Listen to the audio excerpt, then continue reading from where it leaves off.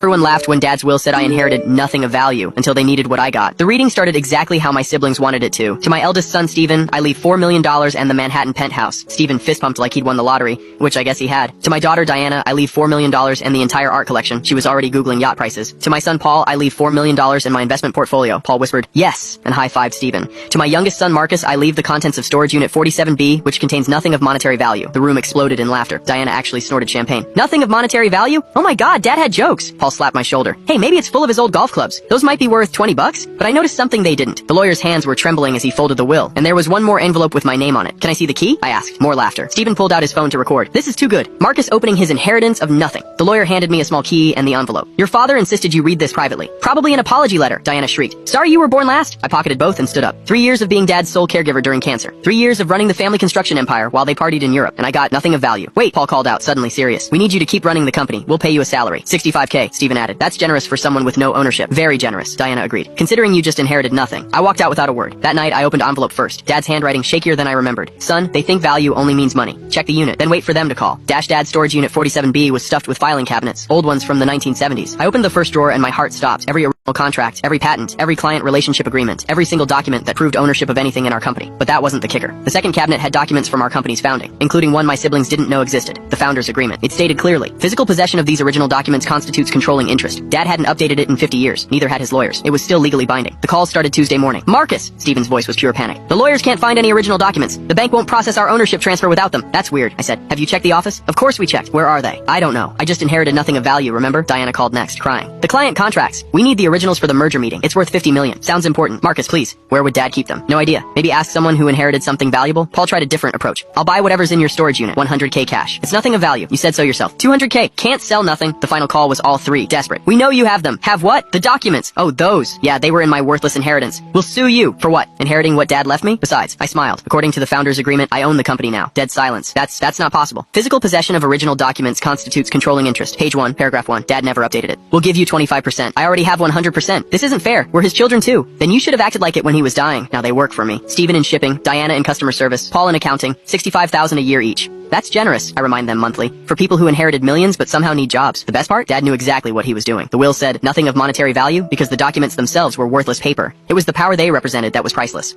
Last week, I found one more note in the bottom drawer. They measured everything in dollars. You measured it in love. That's why you got the only inheritance that mattered. Dad, I framed it right next to the founder's agreement in my CEO office.